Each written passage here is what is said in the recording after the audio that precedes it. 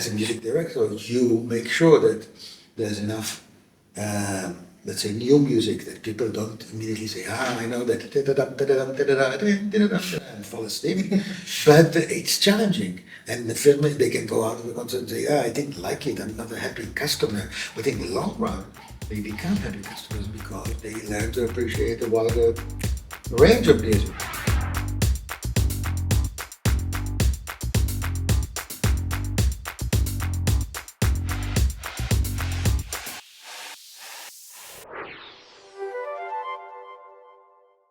Hello everyone and welcome to a new episode of the CVO Live. It's my honor to have here a special guest which is not from our arena of marketing and digital and whatever.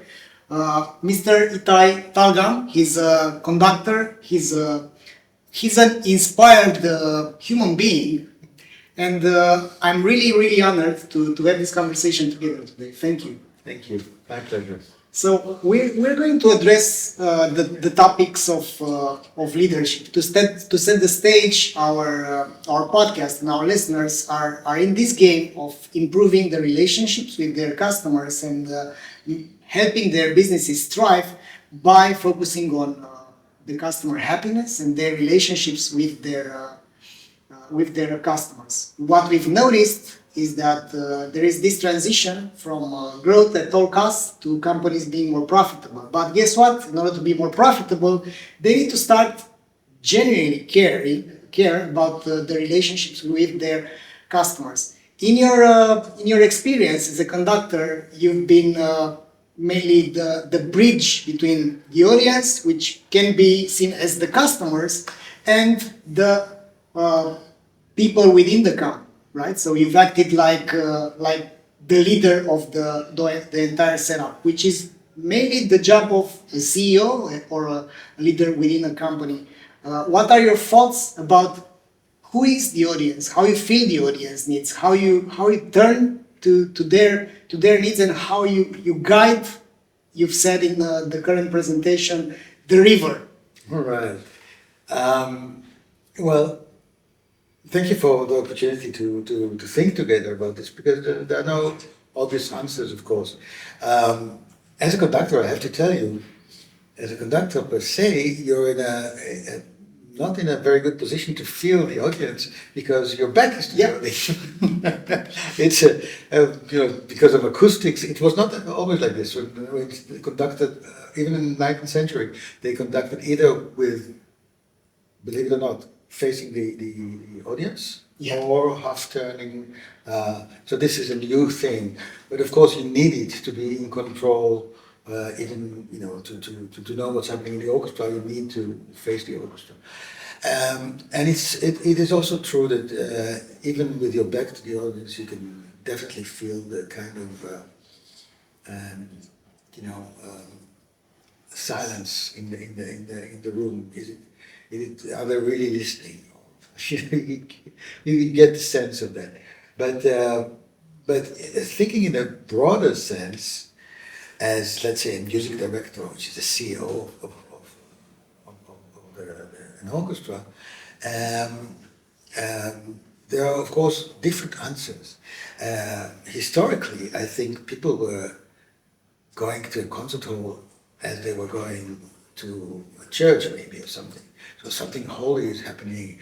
The high priest is entering, like this, and then quiet, and then he does. It's always he, not she. He does this, and then he creates the music just by moving something mystical, half magical that is happening, and so the conductor was really semi-demigod or something like that. And I guess people were happy because they were in the presence of something transcendental, and people are happy with what they learn to expect and appreciate. You ask yourself why so many TV programs are just rubbish. Simply because they were working for years to form this kind of diet to give to the people watching TV, and they seem to be happy because the rating is high. But they know it's rubbish that they're saying. And if they had any responsibility for the quality of society in which we grow, so we don't get fascists in government, we don't get all kinds of fundamentalist ideas or conspiracy theories, and you have to have an educated public. So unfortunately, in public or in commercial TV, it's not the case. But with classical music, or with, I guess, many other enterprises, there is this sense of being responsible for planet Earth, for the quality of society, the quality of thinking, and so to go back to music, as a music director, you make sure that there's enough. Let's say new music that people don't immediately say, I know that, and fall asleep. But it's challenging. And the film, they can go out of the concert and say, I didn't like it, I'm not a happy customer. But in the long run, they become happy customers because they learn to appreciate a wider range of music, etc., etc. So when you say happy customers, what exactly do we mean? Do we also take this what I call responsibility towards the bettering whatever you believe in? And it's some sort of a transformation if you think about it in music, and in trade itself is the same thing. When you are shipping a product, you are somehow transforming and helping that customer becoming a better person or a worse person. That's one of the Absolutely. That's one of the reasons why we basically refuse to work with all sorts of industries like gun, tobacco, adult, whatever. Right. And it's I think the rush towards profits at all costs. And I want to honestly have your opinion about what growth really means, because the mantra for decades was growth means money, means zeros, means and the decision makers and the policy makers were guiding the humanity, to be honest, Yeah. based on this KPI. They've optimized the entire economy, and all the politics were geared towards, is this economically viable? But now we are waking up a bit about things like sustainability, and also we are waking up to realize that we've left these corporations, very big corporations, steal the attention of the new generations. We are all hypnotized in our devices, and we are not doing all these, let's say, regulations. But focusing a bit about, how do you see growth now? You are coming from art. You've catched these subtle changes by leading an orchestra and by being connected with the audience, just by feeling the energy, and, as you said, the silence between it. I have to say, it's easy to sit here and criticize, orchestras or opera houses for being commercially, motivated. But mostly the arts are, they always need money. There's always too little. Either the government is giving money, like in Europe, or rich people, like in America. But whatever the model of financing, it's always too little. So I cannot just sit here and say, they're not committed enough, they're doing commercial things. And first of all, you have to survive. But survive for what? I think the reason there should be a constant struggle to make sure that young people that are not in the commercial, let's say, light music industry or popular music industry, but carving their own niches in between art music, classical music. These people need support. And you have to identify and look for these people and support them and give them a chance. So I would say many times in the arts you see exactly the same tendencies you see in society at large. But again, this component of responsibility.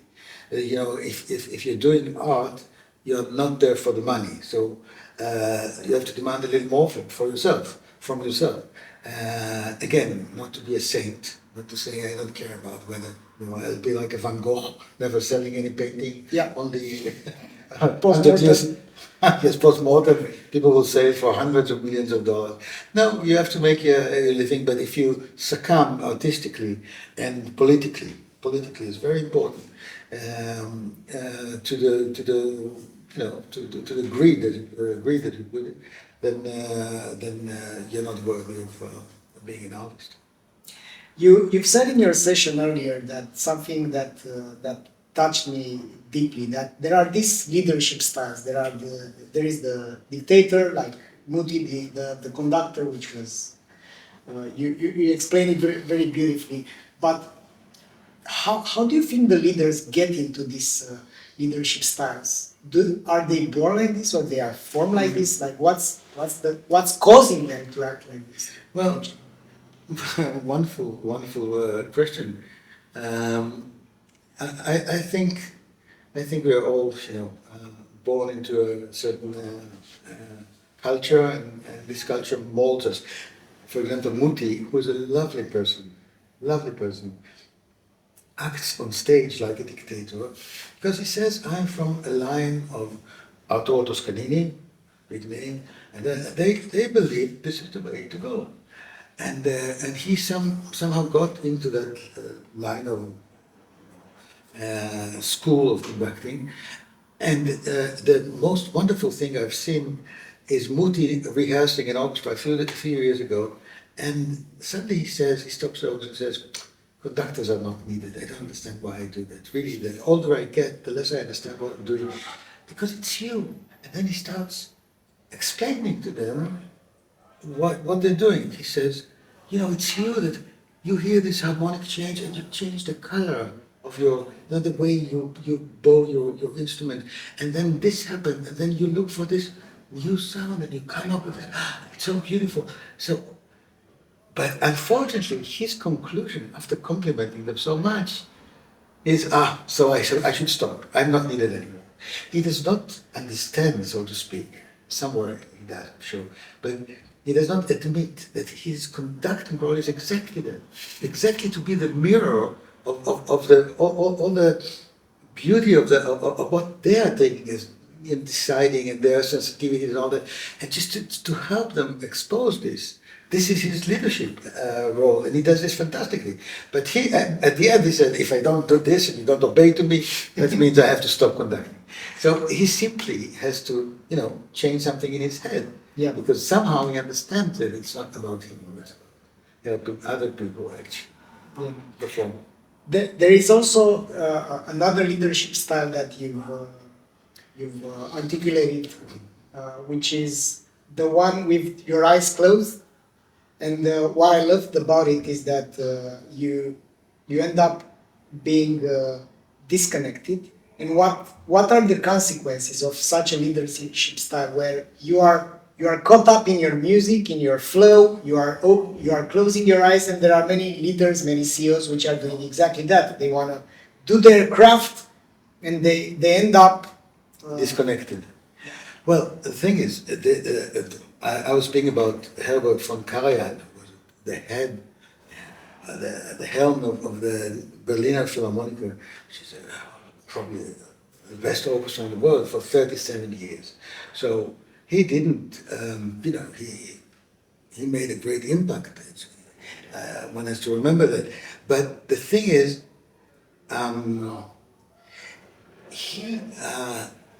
he was not 100% honest, because in the rehearsals he would very, meticulously work on every detail with his eyes open and make sure, like a sergeant major drilling soldiers in the army, and everybody knew exactly what he was expecting. And then in the concert, and that's why I say it's not 100%, he became so spiritual, but of course they knew what he expected of them. So I find it to be a little bit problematic because, it looks like he trusts them with his eyes closed, but he trusts them again to recreate, of course, very cleverly, counting on their ability as an ensemble to guide themselves and lead themselves and stay together, and they're so good. But basically, to recreate his idea, he's not opening his view to any other additions or let's say, contribution Yeah. in terms of interpretation. So that's for me a little always unclear. Um, and plus, he's a wonderful guru, like a spiritual leader. But how many charlatans do we know like this? So if it works for you, and he's really good, then fantastic.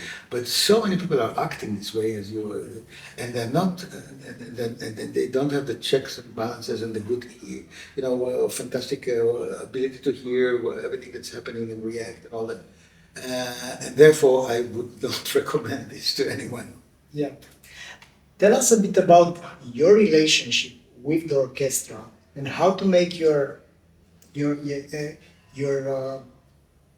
main artists, let's say, how to make them follow and how to give them responsibility while you're also guiding them, because it's some kind of a form of art. You don't have to be afraid of them dropping the ball. However, you need to somehow supervise their work. The thing is, the way I understand it, you simply can't hold the stick from both sides all the time. So what I mean by that is you got to let go, but responsibly. Yeah. So if I may try to describe what I understand as the right way of doing it, is that you kind of build a platform. It has to be good enough platform. The wheels have to turn. There could be, so people can say, okay, it's safe to go with him. This is his idea. It does work, but as we're sitting there on this moving platform, we can also change it. The terrain changes, the music changes, the demands are different, and so the people on the platform actually change it all the time. And so you've given something, and now your job is not to make sure that they don't change anything, but your job is to support them in a way that enables them to change and grow and supports them, but also, as I say, not to get off the road. So, if there's something, sometimes even, it's a technical thing. From this side of the stage to there, the acoustics is not good enough and people cannot hear each other. You have to be in the middle just to make sure that they actually know what tempo they're taking in this. Sometimes you just simply have to make sure that people, listen to each other. But you have to support not the outcome, but the process. The process. That's very important. I wrote this book, which I call The Ignorant Master, which is an homage to the French philosopher who wrote the essay, the Ignorant Schoolmaster. He wrote about education. And he said the most wonderful thing. He said, an ignorant can teach another ignorant what he himself does not know. That's fantastic, no? Because if you think of knowledge as something, I have it, you don't have it, so I pour it from above to your head, and then you become more full. Then, of course, if you're an ignorant, you have nothing to do. But he said that the real role of an educator, and I say of a conductor and of a CVO, manager, is to actually support the learning process or the execution of his or her people. So you don't have, again, you have to support in terms of, for example, people get tired. They need someone to encourage them, say, it's very close from where I hear it's almost, maybe a little more. So sometimes it's just willpower. Yeah. And sometimes it's asking the questions. I don't know. why is it called the ignorant maestro? Ignorant in the sense not that you're stupid, but that you assume that you don't know where your people are going to get to. But if you're the CEO and I say, look, I already see the end, I'll just help you get to what then you limit me. But if you say, look, this is my idea, but who knows? You might take it to, heights you cannot even imagine. So I'm ignorant of that, and while being ignorant, I support you in your quest. With you need some support here, some all kinds of support, I guess. Yeah. Depending on what you do, but you're supporting the process, not the final outcome. Lovely. Yeah. I wanna ask you something regarding your people. How do you notice? How do you evaluate? What do you do when you have someone in your orchestra which is far behind the other ones? How do you tackle this? It happens all the time. Yeah, sometimes it's very hard. Human, you have an old player. Sometimes in the group games, and it's about flexibility of the but still you don't want to tell an old guy, I'm an old guy now. Just we can't use you anymore. It's horrible. So you try all kinds of things. To divide the work between, so put the ones who are better in certain things and ones. In my experience, the problem is less with people that have problems, but more with people who really are not motivated, or even worse, want to, damage your work. Yeah. And in an orchestra. And if I may say a personal note, I like so much speaking to people who are not musicians, because they like music, or they like hearing about music.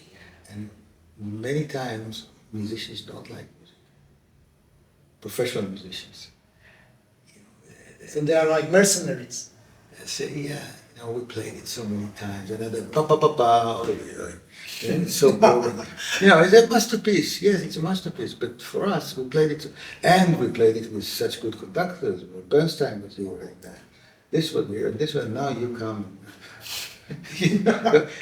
As a conductor, you always work against, swim against the stream. It's always against. This is very tiring. I really adore people who go on for years, but doing it in a way that really creates something. Because most of the industry is just more products. Not interesting. But if you have someone like Kleiber, but then he was such a strange story. He didn't like to conduct. I'll tell you later. So often, the true artistic achievements are complicated from the point of view of having the right people, or enough time to rehearse, which could be very uneconomical and things like that. And many times you have products, better products, less good products. But this is the way of the world. Industry has to work. Yeah. I wanna address a topic which I wrestled in my I think there were 7 or 8 years since then. So I've started my entrepreneurship roller coaster when I was only 20 years old. Now I'm 42, and I thought that I knew what I was doing up until the first massive failure, when I got with my tail between my legs to my father, and he said, "I told you so." Anyways, but at some point in my existence, 6-7 years ago, everything was great, but we weren't performing. Like you know that feeling when we were having fun and we achieved the state of harmony. And I had to break consciously that harmony state because I wanted to perform. So maybe after, let's say, 1.5 years, when I was just having a lifestyle business, when I was just enjoying doing some things, but we weren't even on the map, right, on the global map. Yeah. And I wanna see what's your perspective, even though in your work harmony is performance, or maybe I'm wrong, maybe it's not. How do you are these two concepts adverse, or they can work together? Yeah, again, a very good question, because you see, we speak about harmony, but not harmony in terms of, like everybody sitting on the mushroom with the weed and seeing just beautiful psychedelic. Hallucinations. Not this kind of harmony, but harmony which is really a flow, but a flow of things that are dissonant, and then they become, and then some other thing, and for this kind of flow, and so where things are happening, creativity you need to have all the time gaps. So what you would, my language for what is the conductor has to, on one hand, create, order and harmonize, but at the same time also disrupt the harmony.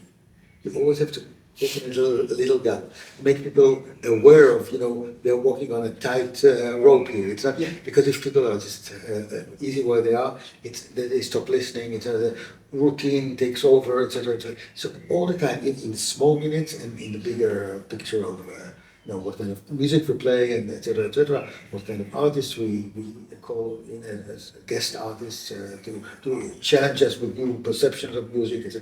Always open a. In fact, in my mentioned book, one of the main is called Gaps. It's called Leave Through the Gaps or something like that. It's all about how to create gaps.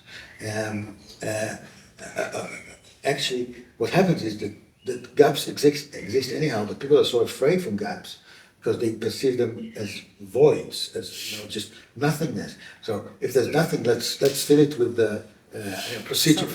When a customer comes here and he's not happy, our procedure we do this just to close this gap.